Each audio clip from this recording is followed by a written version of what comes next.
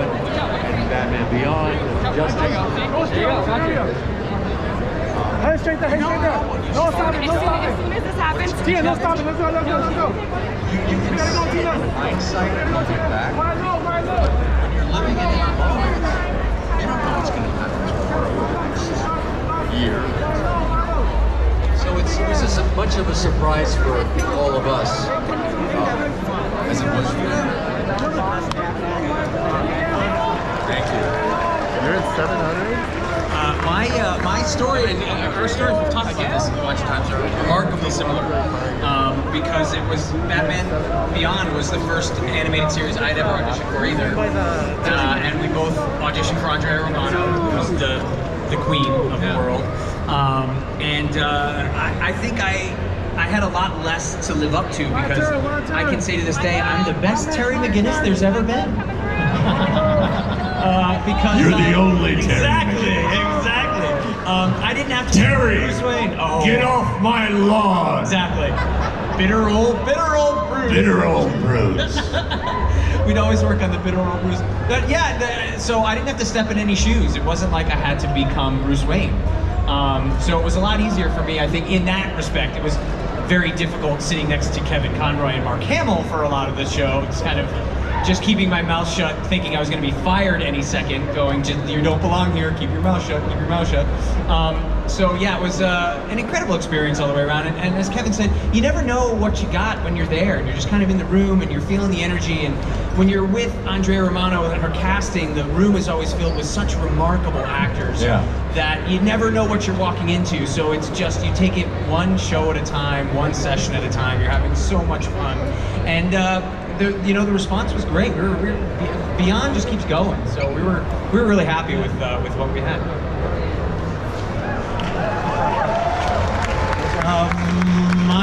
I had worked with Andrea Romano on Pinky and the Brain. Yes, there was some episode about shiny pants or something. I wanted shiny pants, or I saw shiny pants and bought a bunch of them. I don't know. I don't remember. But I got a call to go work with Andrea again to be the Riddler, because apparently the Joker had lost his voice. I think he was quitting smoking, and so the Riddler moved up to the Joker, and they needed a new Riddler, so they got me, and I lived right around the corner from where the recording studio was. So I'm only in 3 episodes. And I walked around the corner 3 times on a day, and had the best time with a bunch of actors doing like radio plays, because we were all in the room, and it was like acting with other people, as opposed to now when you do it by yourself and have to do like 20 takes of one line until anyway. So I was only in 3 episodes, and it was on Saturdays, right? I think in the afternoons. And I was all grown up then. I didn't watch Saturday morning cartoons. So it wasn't until these Comic-Cons that I started doing them that I realized how important this cartoon show was to so many people who were brought up on it, learned how to kind of live lives and make choices that are healthy. And I remember one kid at a Comic-Con, I was trying to explain this to him, and he just looked downhearted that I didn't watch it, that I didn't understand it. But he didn't get the point that I was beginning to understand why it was so good. And recently I watched the 3rd and last Riddler episode, and I delighted myself. I couldn't believe how much fun I was having. So it was a real awakening. Yeah, so that's the show for me. Ignorance is bliss till you're wise to learn something. Well, as Kevin said, initially you didn't know it would grow to be such a large part of Batman lore and the animation itself. But why do you think even almost 30 years later, it is still one of the most beloved interpretations, the DC animated universe as a whole, of the Batman character and his mythology? I think the biggest reason that it resonates with audiences so much is because of all the superheroes, Batman is the only one who isn't a superhero. There's nothing supernatural about him. He can't fly. He can't see through walls. He's a man. He's a human being, and he's a very flawed man. He's been damaged by life. And we all relate to that because we're all flawed and we all get beat up by life. And so it makes him that much more human and accessible for us. And his tragedy becomes our drama, and we go through it with him.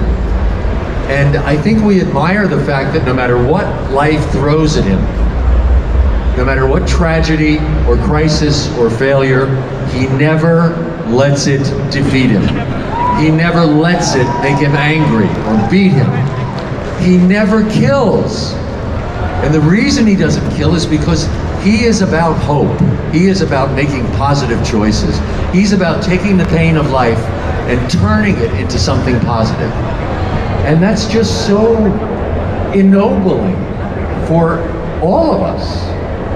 That's why I think he resonates with people so much. Now, if I may speak too, because of the way that he's describing that, you can see that he dug deep, really deep. And the part that making it live on and on and on are the group of people that made it, that created it. Yeah. Because it's very seldom. And when it happens big time, it's just when a group of people come together and make something click and make it real and make it moving and who all know how to dig deep. So it was that group gathered together. Yeah. There's something about the magic that they created that influenced people's lives. I mean, how to raise kids. I was making jokes before about the children and everything, but in Batman you could talk about anything because it's all about living nobly and just what Kevin was saying. We've all got our problems and it's how we face them that can prove our beings as humans. Yeah.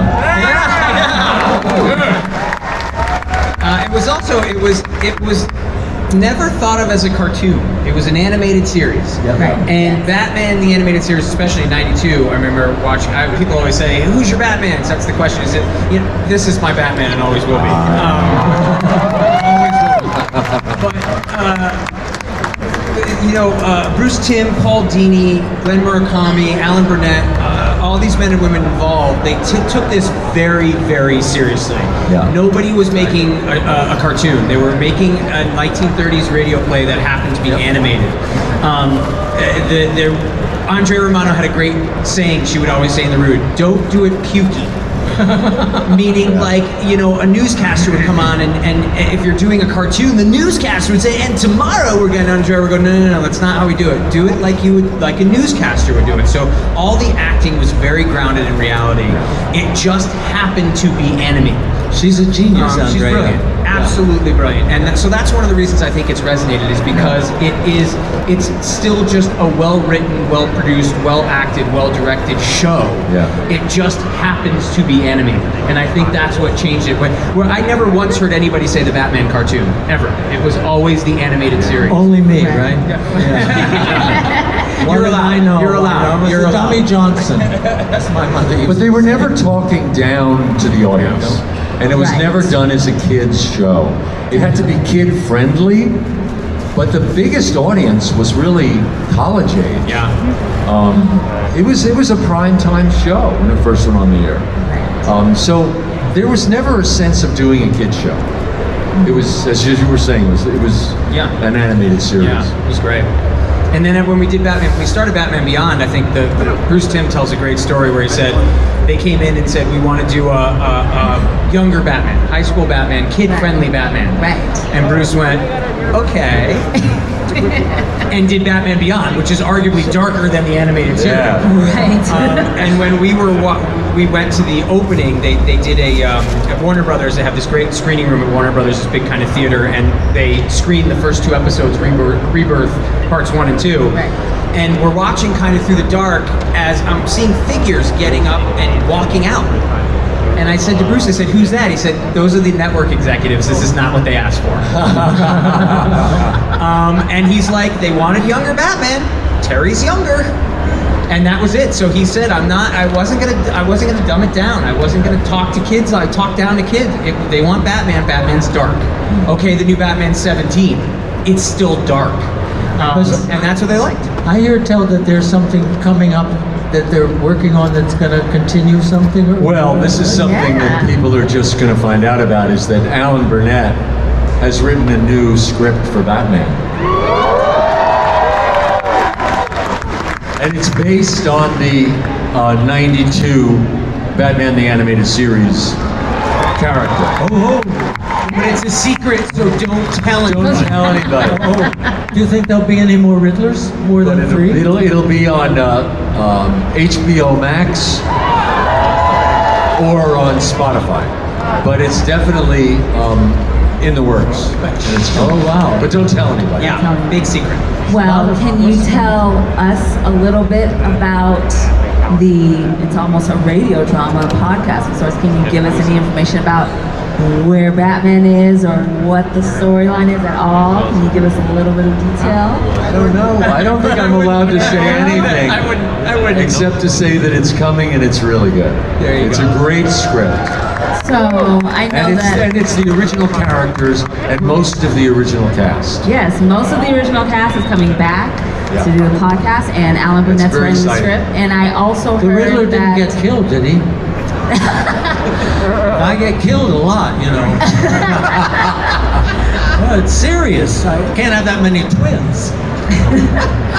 well, I heard that Alan Burnett is writing the script, and also I think Danny Elfman is going to have yes, some Danny involvement with the score as well. It's really bringing back all of the BTAS that we enjoyed in '92, really celebrating the 30th anniversary. But I did hear that Riddler is going to be.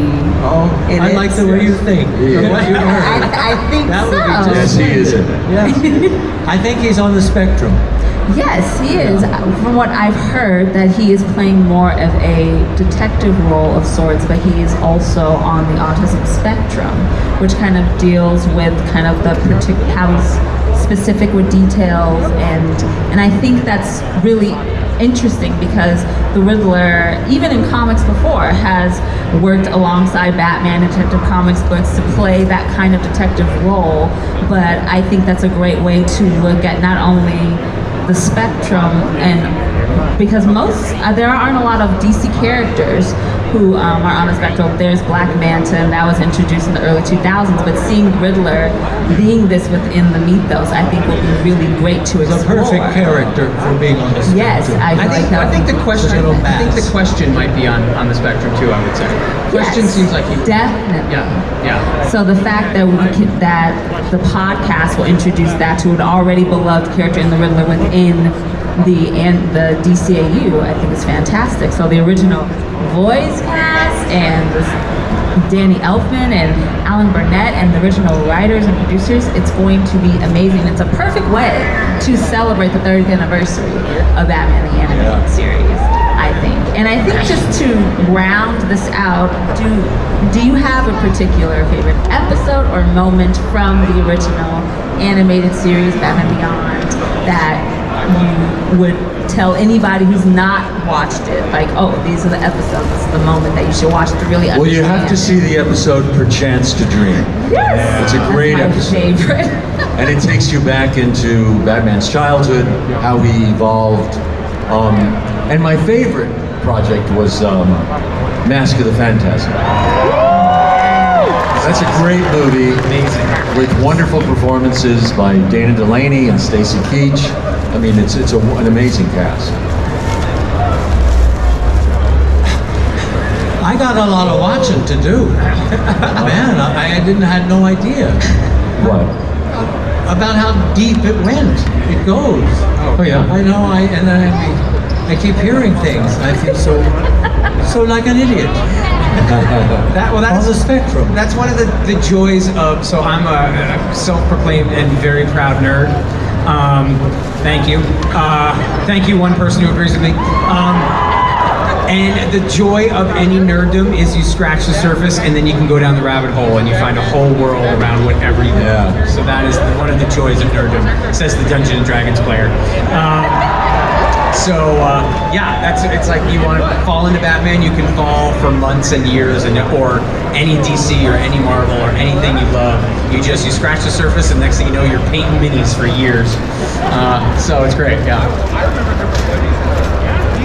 Well, I am so happy that I was able to talk to you about just the eras of Batman animation, and even Batman the Caped Crusader, a new series that's coming out, and it continues on with the legacy of Batman in this form. And I just cannot wait to hear what's in store with the Batman the Animated Series podcast that is coming out. Yes. To celebrate 30th anniversary. Can you believe that it's been 30 years and yet it is still just as popular and still as refreshing to old and newer people discovering it. I think that's what is so amazing Well, they had a wonderful cast, they had great writing, they had a full symphony score.